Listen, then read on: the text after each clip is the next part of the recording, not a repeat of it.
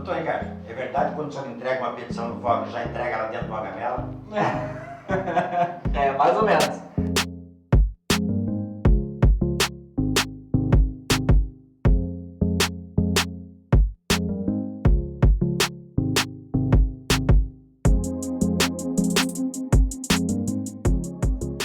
Olá, amigos do Grande Axé, bem-vindos a mais um Conversando Com.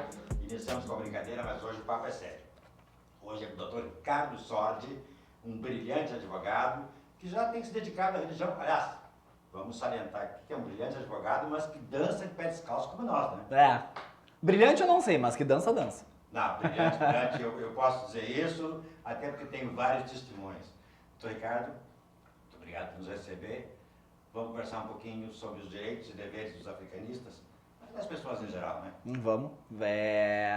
Na realidade, assim, é um tema muito amplo, na realidade, porque quando a gente fala de direitos e deveres, tem muita gente que foca muito mais nos direitos do que nos deveres, né? Então, eu até quero saber o que tu gostarias de saber com relação a isso, para que a gente consiga, né, enfim, centralizar as respostas. Porque tu sabe, se deixar o advogado falando, a gente vai ficar aqui, anoitece, a gente vai sair daqui amanhã. Sim, até porque direitos e deveres é muito Pois amplo. é. Normalmente acontece assim, a gente vai falar alguma coisa para algum pai de santo, ou as pessoas criticam alguma coisa e diz, eu sou garantido pela Constituição. Uhum. Pela Constituição, até onde o direito ao livre exercício do culto é garantido? É aquela máxima, né? O teu direito é garantido a partir do momento que não interfere no direito do outro, né? Então, realmente, aí nós temos as garantias constitucionais, né? Enfim, de liberdade ao culto, mas essa liberdade ela não é absoluta e, obviamente, que ela não se pressupõe, ela não se sobressai ao direito constitucional do outro, né? A gente teve, porque tu sabe muito bem, eu antes fazia parte de uma associação, enfim, e o que mais chegava para nós era justamente a questão dos ruídos praticados por casas de religião. Realmente, os adeptos da religião de matriz africana, da mesma forma que outras religiões, têm, de fato, direito ao livre culto. Só que existem as limitações para evitar justamente, que nem nós pegamos uma vez, um caso de uma pessoa que resolveu tocar para Exu com banda e com, como é que eu posso te dizer, com força de caixa de som. Sim. Até 5 horas da manhã. E aí realmente, ok, tem a liberdade do culto? Tem, garantido pelo artigo 5º, inciso 8º da Constituição. Mas nós temos também o direito ao sossego e ao descanso de outrem, né? Então por isso que eu te disse, se a gente vai começar a falar de uma forma de direitos e deveres de uma forma ampla, a gente vai ficar aqui até amanhã, né? Mas é evidente, ninguém pode ter o seu direito ao culto tolhido, né, proibido, né? Mas da mesma forma que esse direito ao culto não é inabalável, não é inatingível e não é intocável. Existem as limitações da lei que daí já entram, por exemplo, os códigos de postura, as legislações infraconstitucionais, né, que estão abaixo da Constituição, que é código do meio ambiente, e assim vai, Código Civil e até mesmo Código Penal. Dependendo do caso, aí se desdobram para questões penais. Mas o caso específico da lei do silêncio, que realmente acho que é um dos maiores problemas que as casas enfrentam, né? Então ninguém pode argumentar, eu sou garantido pela Constituição e extrapolar a lei de silêncio. Não, o certo não. É o que eu sempre digo para quem me procura até hoje e para quem me procurava, né, na época, é tudo uma questão de bom senso. É evidente que tu pode tocar a tua sessão, tu pode tocar teu santo, mas eu acho que quando se tem um pequeno bom senso e até mesmo diálogo com a vizinhança, quando existe, né? Porque a gente sabe que existem casos em que não tem, só pelo fato de ter uma casa de religião do lado, os vizinhos surtam, acham que né? Porque daí a gente pega muitas vezes vizinhos que são de outras crenças um pouco mais intolerantes com a matriz africana, né? E aí vira caso de polícia, que nem nós tivemos um caso em Caxias do Sul que foi na realidade, uma tentativa de homicídio, né? Então aí varia muito de cidade para cidade, né? Porto Alegre tem a questão do zoneamento, da mesma forma que outras cidades, se é zona rural, se é zona urbana, se é zona mista, da questão da poluição sonora, da propagação sonora, os horários, enfim, então são uma série de questões que a gente tem que analisar, no caso concreto, para ver se de fato está tendo uma perturbação ou não. Mas como eu disse no início,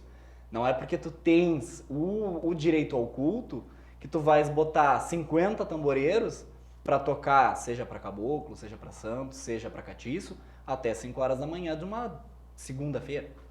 Isso vale tanto para eventos feitos em residências ou clubes, quanto em espaço público. Sim, sim, espaços públicos, principalmente porque na realidade espaços públicos também tem a questão da propagação do som. E quando tu vais pedir uma autorização para o órgão público para fazer em área pública, tem é uma exigência do poder público a limitação do horário. E geralmente é 10 horas ou, enfim, meia-noite, dependendo da zona. Porque daí a gente pega, por exemplo, festas normais que ocorrem ali na orla. Como ali não tem moradia em volta, aí obviamente que vai festa até 4, 5 horas da manhã, porque não tem vizinhos para incomodar. Mas dependendo do zoneamento, tem que respeitar o horário de silêncio. Vários pais ou filhos de São Paulo procuram. Qual as principais demandas? Beto, ultimamente, quando eu digo ultimamente, é nos últimos 4 anos, aquela situação recorrente de pais e mães de santo que insistem em reter obrigação religiosa quando o filho resolve sair da casa, né? Quando este filho possui alguma pendência financeira, ou nem sempre quando tem pendência financeira, quando o filho simplesmente resolve sair e este pai ou mãe de santo cobra um determinado valor para entregar esses axés, né? Seja urmalé completo, seja o que for, mas cobram um determinado valor para entregar isso. Esse assunto é bem interessante. Eu vou pontuar algumas perguntas Claro. para ficar bem claro.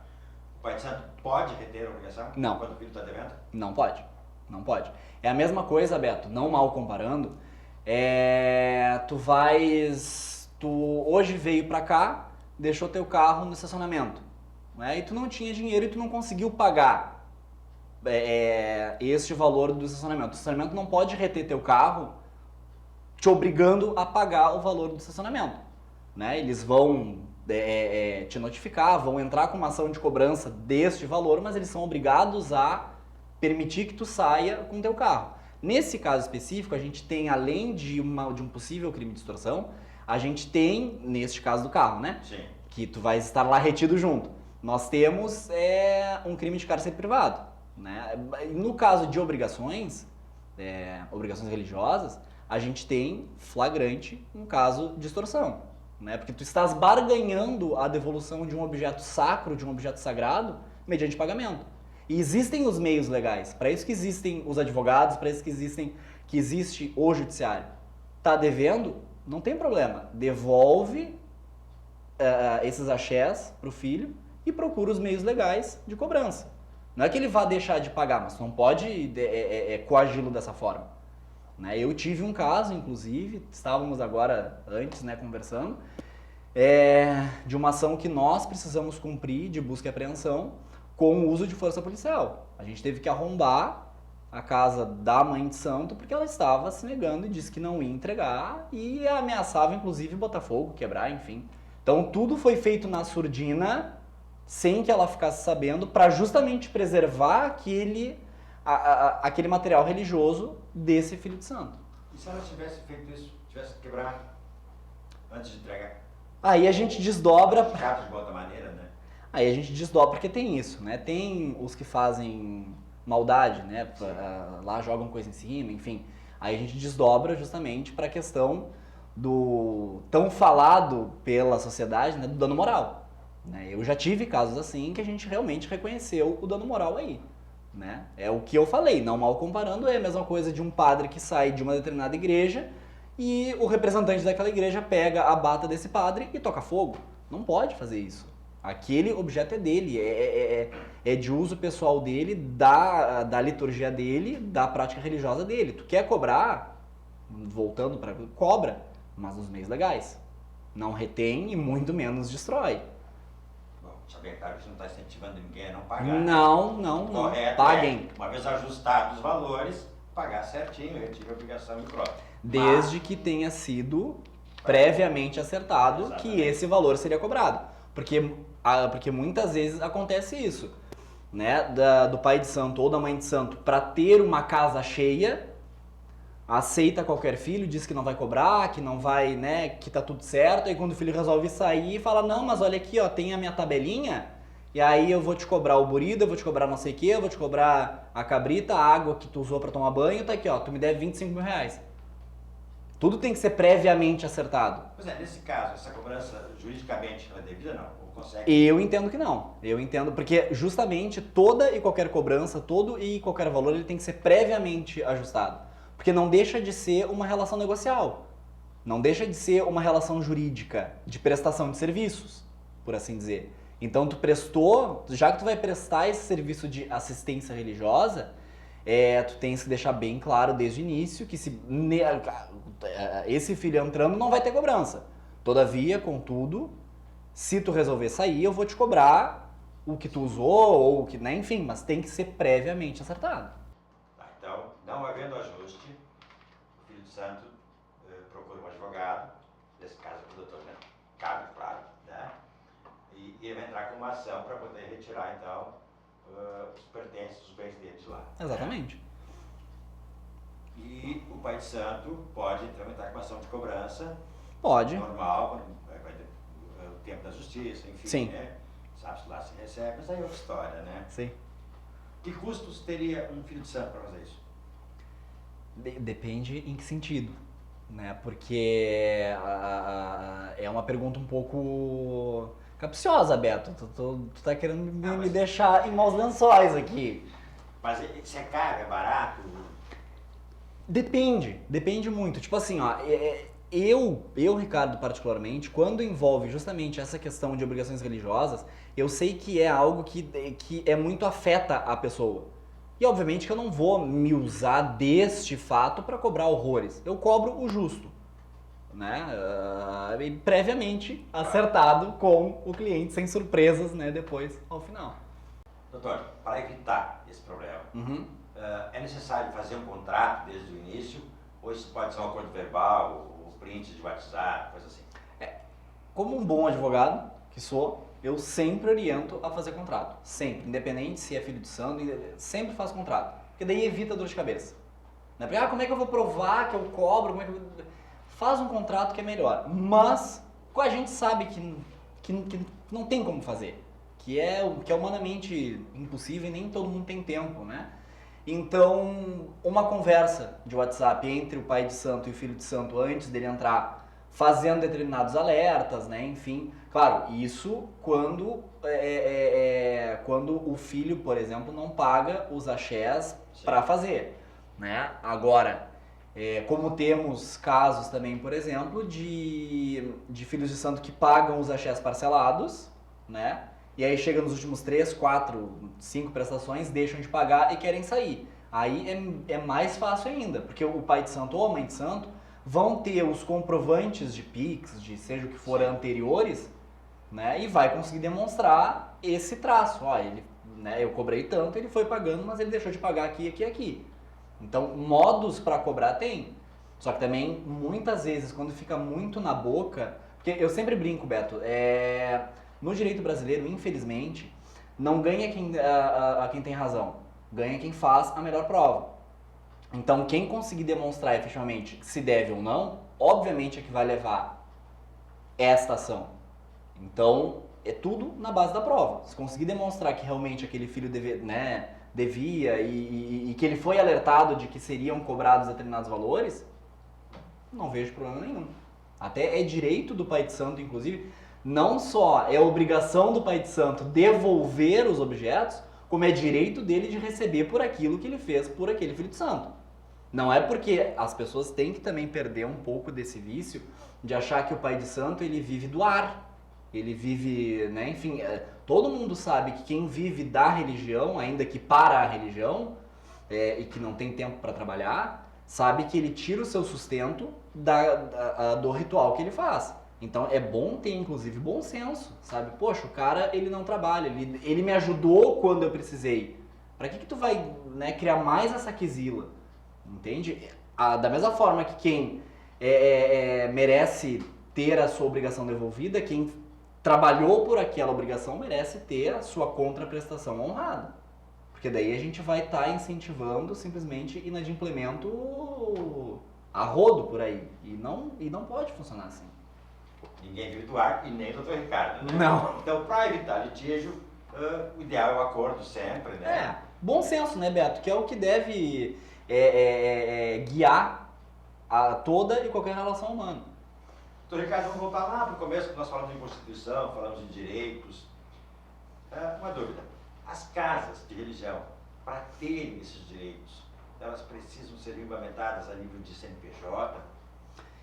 É sempre bom. Eu sempre digo que porque assim, muitas vezes quando se tem CNPJ, tu consegue até mesmo buscar determinados benefícios junto aos órgãos públicos. Né? Financiamento com taxas daqui a um pouco diferenciadas para a reforma da casa de religião, a questão de isenção de IPTU também é muito mais fácil, não que se a pessoa não tem CNPJ não seja possível, existe essa possibilidade, mas tu tendo aquele espaço religioso registrado, é bom inclusive para o próprio censo do IBGE, para que se tenha uma noção, porque até hoje se tem como maioria cristãos, católicos, né, enfim, e evangélicos. Quem é espírita, umbandista, fica lá por último. E a gente sabe que esse cenário mudou de 2010 para cá e isso mudou muito. Né? Então, para questões de isenção de imposto, questão de busca de incentivos e benefícios fiscais, é muito vantajoso. E da mesma forma que protege, né, traz uma proteção extra para aquele local. Mas esse registro, porque depende de estatuto, Sim. de fazer CNPJ, coisa e tal, ele não parece acessível para todo mundo assim, né? É muito caro para fazer isso? Então, porque daí a gente envolve, não falando dos honorários, Claro. né, enfim, porque isso é importante falar, né, que obrigatoriamente um estatuto precisa ser assinado por advogado, para que tu possa dar entrada na central de distribuição de títulos, tu precisa que um advogado tenha assinado, né, a ata, o contrato social, a ata de constituição, enfim, uma série de coisas. Mas o que encarece muitas vezes, mais ainda, são as taxas do cartório. Porque muitas vezes eles cobram por folha, né? Então tem aí, eu já fiz estatuto de 6 folhas, de 7 folhas, como eu já fiz de 30. Então quanto mais folhas, mais caro fica, só de estatuto. Porque eles cobram tudo, do estatuto, da ata da data de fundação, da relação dos sócios fundadores, né? Enfim, então tudo é afora as taxas cartorárias, que a gente sabe que não são, né, muito baratas. Dá para se pedir a isenção comprovando que a pessoa não tem condições de arcar com aquelas custas? Dá, mas aí compete ao registrador, ao tabelião, autorizar, né, deferir ou não, né, esse benefício de gratuidade. Se não conseguir, aí a gente entra naquela velha história de ter que entrar com uma ação só para pedir que seja concedida, né, enfim.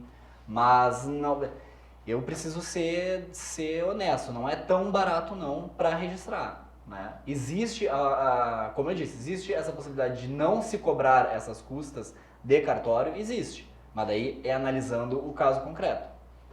Bom, é caro, mas também não é tanto, né? Não. Em virtude dos benefícios que traz, né? Exatamente, até porque, por exemplo, uma coisa que eu me esqueci de comentar.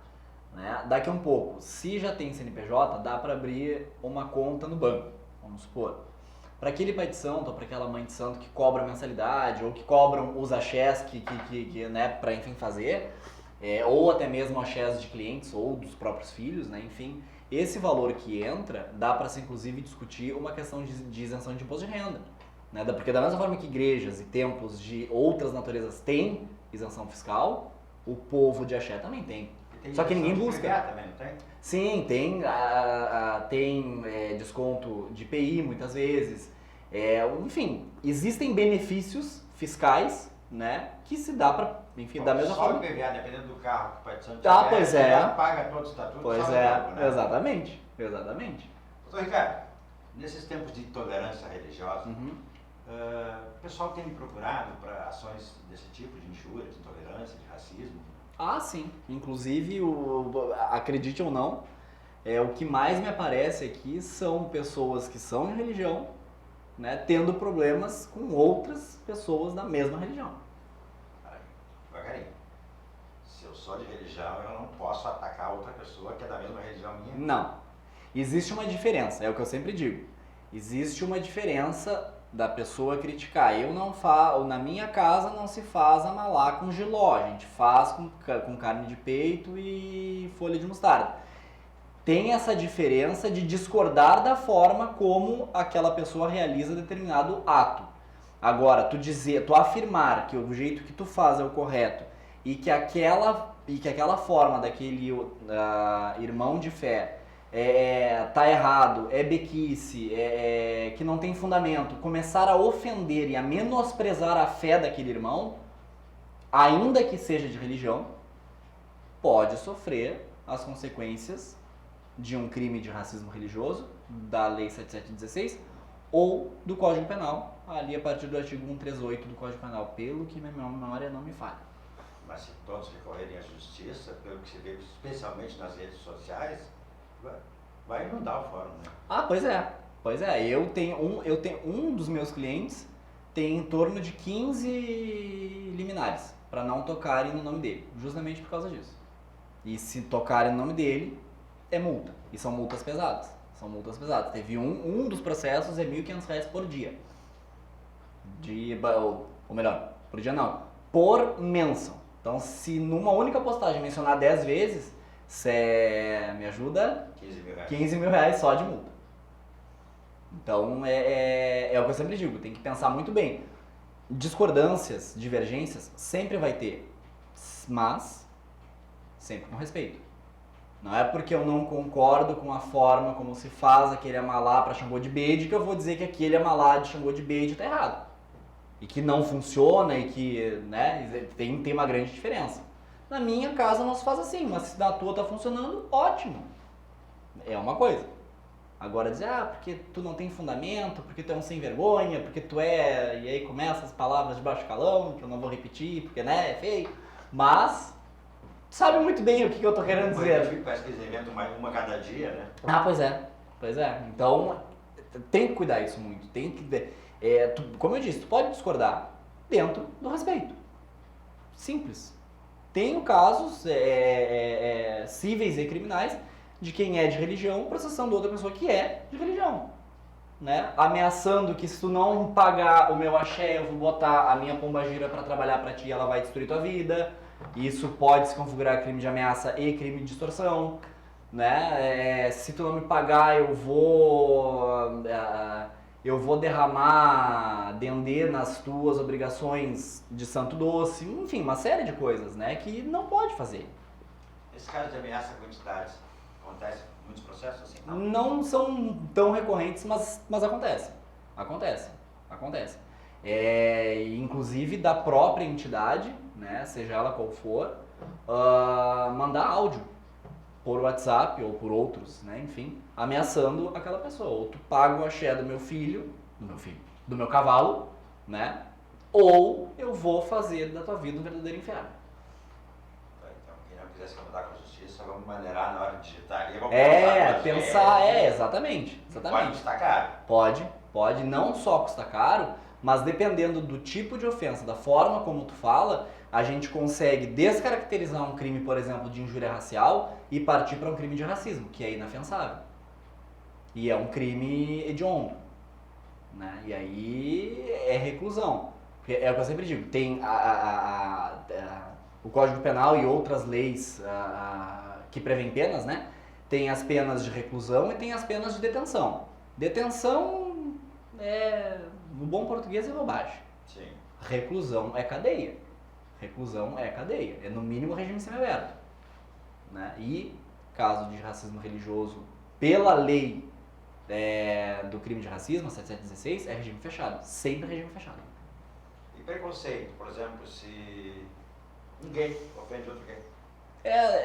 Partimos do mesmo pressuposto, né? Não é porque eu tenho uma orientação sexual similar daquela pessoa que eu estou ofendendo que eu tenho carta branca para simplesmente falar o que eu bem entender daquela pessoa, né? Então é tudo uma questão de bom senso, né? Tu quer... O colega aqui sabe por quê, né?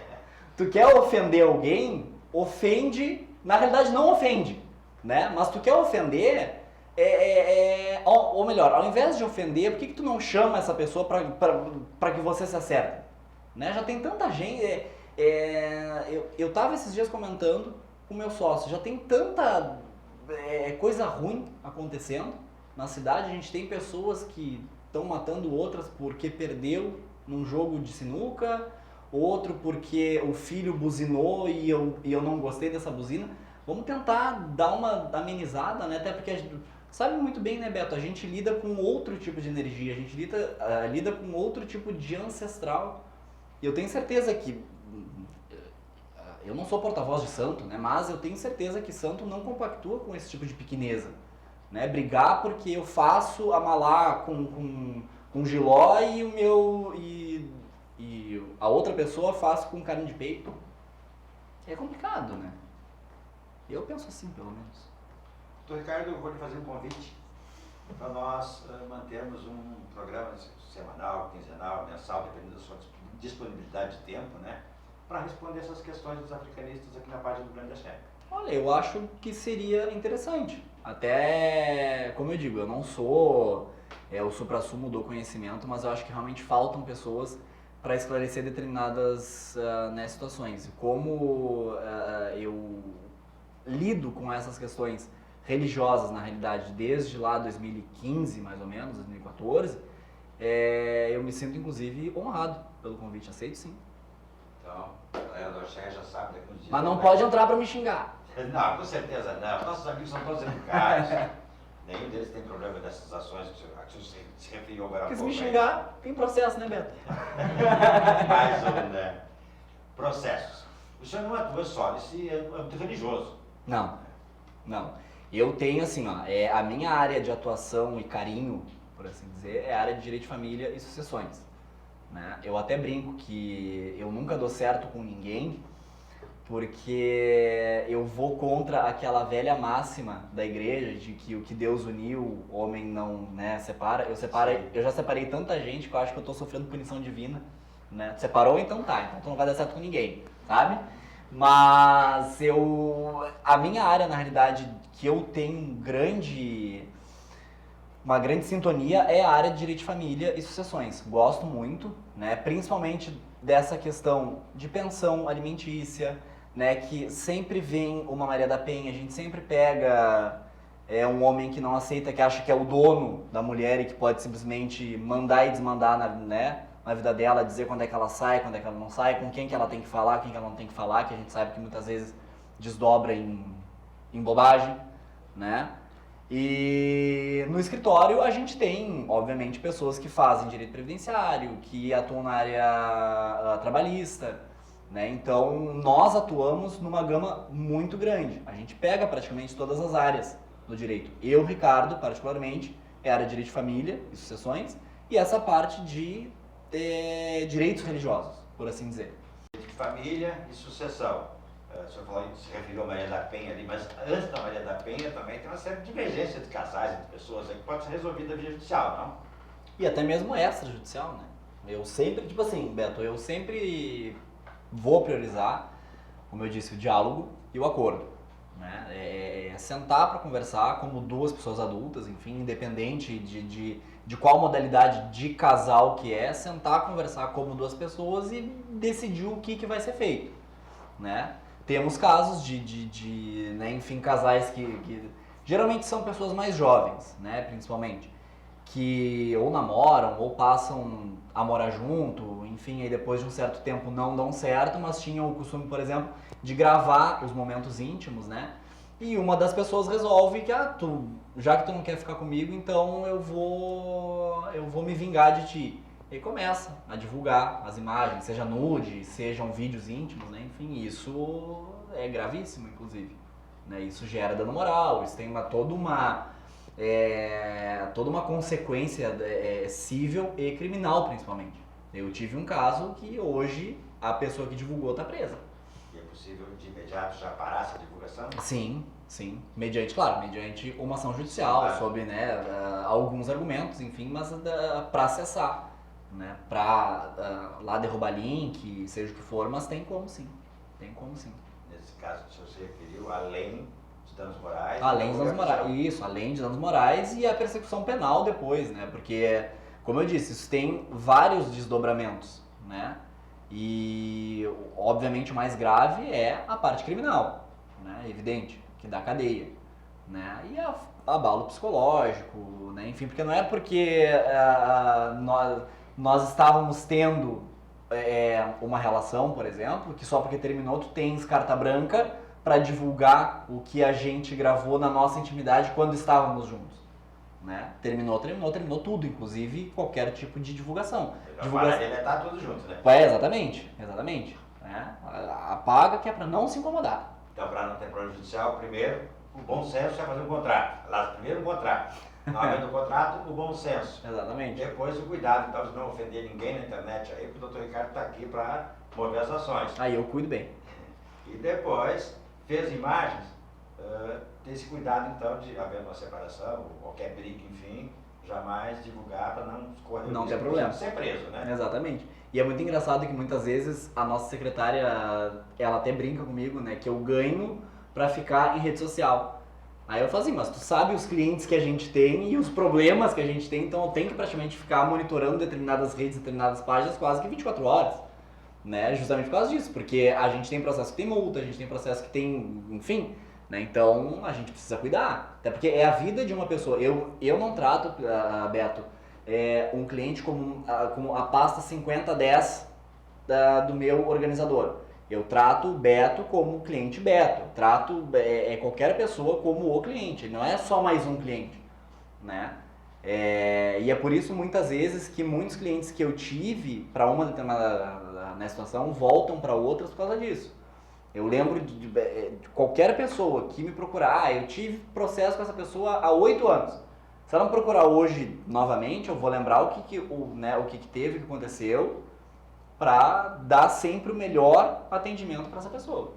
Que inclusive eu tenho, e desculpa te interromper, eu já atendi pessoas que já tinham um advogado e que resolveram trocar por causa disso. Porque o advogado cobrou, fez alguma coisa lá que outra, não mais respondeu, e a pessoa precisava daquele, né? Então o que eu tenho de pessoas que eu peguei no meio do caminho justamente por causa disso, né? Eu cuido bem, porque se a pessoa chegou ao extremo de procurar um advogado para entrar com uma ação, é porque realmente ela precisa dessa assessoria, né? Eu ia perguntar se o senhor atende também casos assim previdenciários, mas vou fazer uma pergunta. O pai de santo pode, como pai de santo, se aposentar? Como pai de santo pode, tivemos alteração legislativa. Pois é, aí tu já entra na área de direito previdenciário que eu não sei. E eu tenho humildade suficiente para dizer quando eu não sei um assunto, eu não sei. O meu sócio manja. Pode vir por aqui também. Pode, porque sim, resolvido. com certeza. Seja auxílio doença, seja auxílio acidente, o famoso LOAS, que todo mundo fala, que eu também não sei o que é. O meu sócio sabe, eu não sei, eu só ouço falar. É que nem caviar, né? Mas ele manja, ele sabe. Essa parte previdenciária eu sempre entrego nas mãos dele porque ele é excelente nisso. As boas é um assunto bem interessante, né? Eu só sei por cima também. É um benefício para quem tem mais de 65 anos, cheguei lá, né? E pode se aposentar e mesmo sem ter contribuído, mas deve ter uma série de quesitos. Daí que eu já não... O que eu te falar, eu vou estar mentindo e mentir é feio. Eu prefiro daí que a pessoa procure, né? Daí o meu sócio, ele... Beto, assim, ó, não é porque é meu sócio, mas o cara manja muito direito previdenciário e trabalhista. Bom, se está elogiando, tem que ser muito bom mesmo, né? Como eu disse antes, o Dr. Ricardo é um exímio advogado. E para eu elogiar alguém é difícil. É difícil. Então, questões religiosas, quer dizer, questões de direito, no aspecto religioso, né? Questões de família, é só vir procurar aqui o Dr. Ricardo, com certeza vai ser bem atendido, né? Com certeza. Ou manda WhatsApp, né? 51 30 19 15 14. Pode mandar WhatsApp, pode ligar, que é o número daqui e a gente atende. Não tem problema. Inclusive, quem atende WhatsApp, quem atende ligação sou eu, né? Diretamente. Não passa por intermediários, não passa por secretária, enfim. Eu só peço pra ela gerenciar a agenda, mas para atendimento é só... Pra tu ver, né, Beto, como são as coincidências. A gente tava falando de LOAS e chegou o pai do LOAS. Então vamos E aproveitar. dos benefícios previdenciários, né? Então eu vou pedir licença, daí eu vou dar passagem para ele. Dar passagem para ele, né? Vou desocupar e vou dar passagem para ele. E aí ele continua conversando contigo. Então apresenta para nós. O Jonathan Macedo de Salles, meu sócio, né? Ele é quem, eu sempre digo que é o pai do direito previdenciário. Eu vou deixar que ele daí responda algumas perguntas, né? Enfim, e ficamos à disposição. Obrigado. Olá, boa tarde. O Dr. Jorge veio fazer uma pausa para o cafezinho e acabou sendo obrigado a responder uma pergunta, né? Exatamente. Nós estávamos falando agora há pouco sobre o LOAS. Uhum. E tanto eu como o Dr. Ricardo não sabemos exatamente o que é. Pode explicar para nós o que é o LOAS? Bom, então, o benefício de prestação continuada, né, ele vai abarcar todas as pessoas que são maiores de 65 anos ou algumas pessoas que são enfermas, que têm algumas doenças, algumas pessoas que sofreram acidentes, né, e que não conseguem desenvolver nenhuma atividade laboral. Né? Pessoas com câncer, por exemplo, têm direito a requerer o benefício perante o INSS. Isso vale também para acidente de trabalho, é isso? Acidente de trabalho, sim, nós temos alguns tipos de acidente onde a pessoa não pode retornar, né? Só que quando a pessoa se acidenta no trabalho, então aí não é o benefício de prestação continuada e sim o benefício de auxílio doença, né, que pode ser convertido futuramente em aposentadoria. Essas ações vocês acompanham também. Com toda certeza. Tá? E no caso da pessoa de mais de 65 ali para obter o LOAS, por exemplo, os benefícios do LOAS, ela precisa ter um número mínimo de contribuições? Ela não precisa ter nenhuma contribuição, ela precisa preencher os requisitos. Quais são os requisitos? Ser pobre no sentido legal, viver com menos de 1/4 do salário mínimo, né? E ter alguma doença que vá incapacitar ela. Ser pobre aqui no Brasil não é muito difícil, né? Olha, grande parte da população brasileira é carente, né? Tem muitas pessoas que têm direito e que infelizmente não costumam correr atrás, né, no linguajar mais, como que se diz? Popular, né? Mais popular. Isso. E, então é muito importante que as pessoas terem o seu documento de identidade, irem atrás de um comprovante de residência, saberem que o governo disponibiliza o aplicativo Meu INSS, é muito importante elas terem acesso, né? Pesquisarem e terem o básico, para que a gente possa então começar a ajudar essas pessoas a terem o seu direito garantido. Os documentos médicos prontuários, né, que as pessoas recebem nos hospitais, é muito importante que elas guardem esses documentos, que tirem fotos de um telefone bom, que as pessoas saibam tirar foto. O que é saber tirar foto? Saber que a foto ela tem que englobar todo o documento e não metade do documento, né? Essas pessoas carentes muitas vezes sofrem,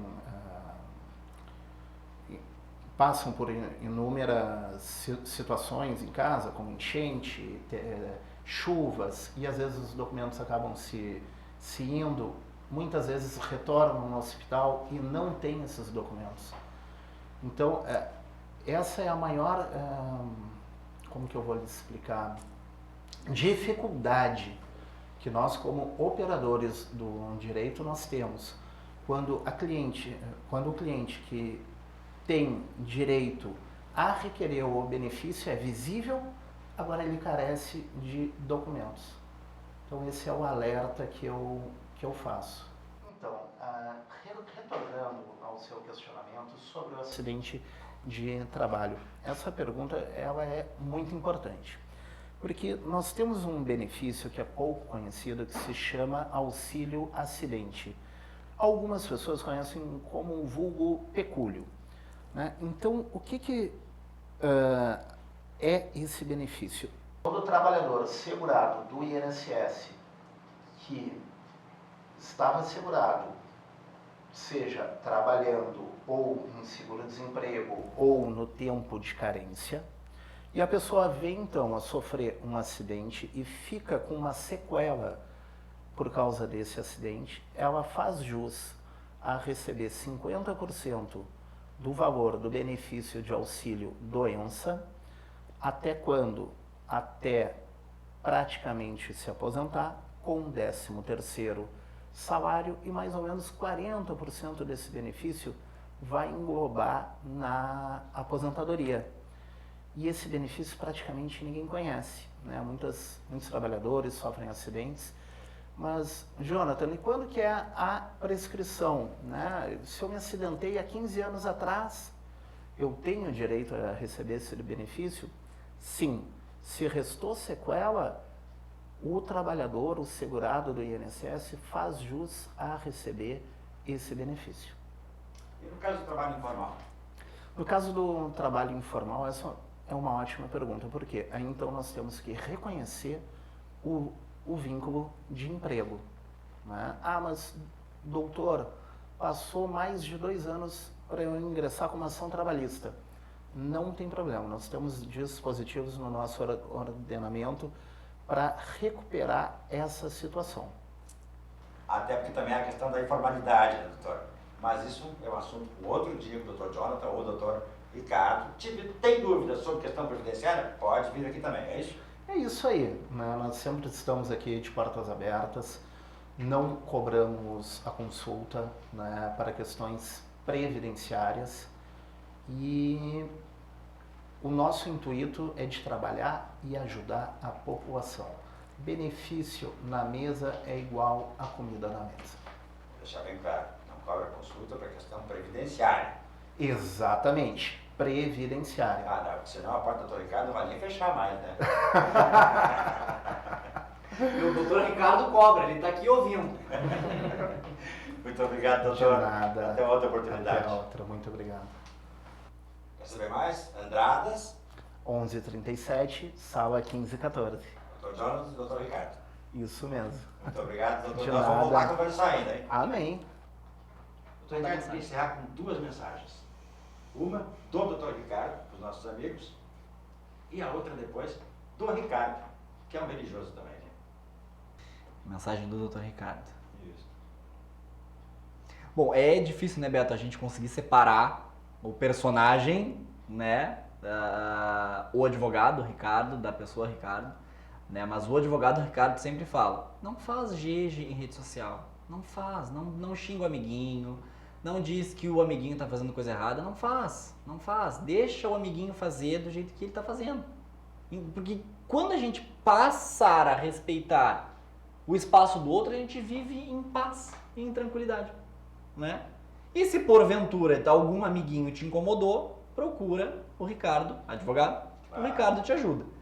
E uma mensagem do Ricardo Pessoa, sejam felizes, porque a vida é tão curta e a gente tem visto isso a cada dia que passa, né? A gente não sabe quando é que a gente volta para casa, então vivam ao máximo, vivam plenamente, arrependam das coisas que vocês deixaram de fazer e não aquilo que vocês fizeram. É o meu lema ultimamente de vida. Muito obrigado, doutor. E aos amigos, então, em breve, doutor Ricardo Sordi, novamente aqui. Por enquanto, as pessoas podem até mandar as perguntas para nós encaminhamos para o doutor Ricardo. A gente vai ajustar um dia e horário da sua conveniência, então, para o amigo estar respondendo os muitos amigos do Grande Chefe. E vai ser um prazer, né, trabalhar de novo com vocês, enfim, porque eu não trabalho com quem não tem seriedade, né? E se uma coisa que o tempo me mostrou é que o Grande Axé é um dos poucos veículos de comunicação africanista, né? Enfim, que faz aquilo que faz com seriedade, né? Vida de quem vem, isso é um grande elogio do Grande Axé para toda a nossa equipe. Obrigado, doutor. E aos amigos do Grande Axé, até o próximo Conversando Com.